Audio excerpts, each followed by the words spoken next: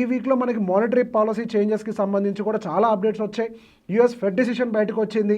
25 basis points interest rate cut అనేది మార్కెట్లో జరిగింది అండ్ అది యాంటిసిపేటెడ్. గతంలో 4.25 ఉండేది, ఇప్పుడు 4% ఎంత వచ్చినట్టుంది.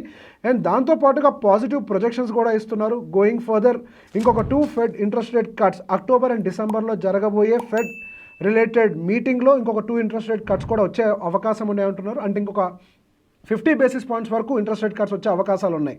అండ్ దీనివల్ల కొంతవరకు ఇండియన్ మార్కెట్స్ మీద కొంత పాజిటివ్గా ఉండే అవకాశాలు ఉన్నాయనేది ఒక యాంటిసిపేషన్. ఎప్పుడైతే యూఎస్లో ఫెడ్ ఇంట్రెస్ట్ రేట్ కట్స్ చేస్తుందో అక్కడ వాళ్ళకు వచ్చేటువంటి ఈల్డ్ అనేది తగ్గుతుంది. కాబట్టి సహజంగా అక్కడ బాండ్ బయింగ్ అనేది కొంత తగ్గుతూ ఆ మనీ అంతా కూడా ఎమర్జింగ్ మార్కెట్స్లోకి ఫ్లో అయ్యే అవకాశాలు కొంతవరకు కనిపిస్తున్నాయి. సో ఎమర్జింగ్ మార్కెట్స్లో ఇప్పటి వరకు ఇండియాకి గత 1 ఇయర్గా పెద్ద ఎత్తున ఇన్వెస్ట్మెంట్స్ అయితే ఫ్లో కాలేదు. ఇన్ఫ్యాక్ట్ మనకి ఎమర్జింగ్ మార్కెట్స్ ఇండెక్స్లో కూడా మన ఇండియా యొక్క వెయిటేజ్ యాజ్ ఆఫ్ నో తగ్గించి పెట్టేశారు. అండ్ ఈవెన్ మన ఎఫ్ఐఎస్ యొక్క కంటిన్యూస్ సెల్లింగ్ వల్ల ఇండియన్ మార్కెట్స్ లాస్ట్ ఇయర్లో ఎటువంటి పాజిటివ్ పర్ఫార్మెన్స్ ఇవ్వలేదు. మిగతా ఎమర్జింగ్ మార్కెట్స్ అన్నీ కూడా 15 to 20% వరకు కూడా రిటర్న్ ఇస్తే మన ఇండియన్ మార్కెట్ గట్టిగా 1% కూడా పాజిటివ్గా లేనటువంటి సిచ్యువేషన్లో మన ఇండియన్ మార్కెట్స్ ఉంది. సో వాల్యుయేషన్ పరంగా చూసినా, టైం కరెక్షన్ పరంగా చూసినా కానీ ఇప్పుడు ఇండియన్ మార్కెట్స్ మేబీ కొంతవరకు అట్రాక్టివ్గా ఉంటాయి అని ఒక ఎక్స్పెక్టేషన్ ఉంది.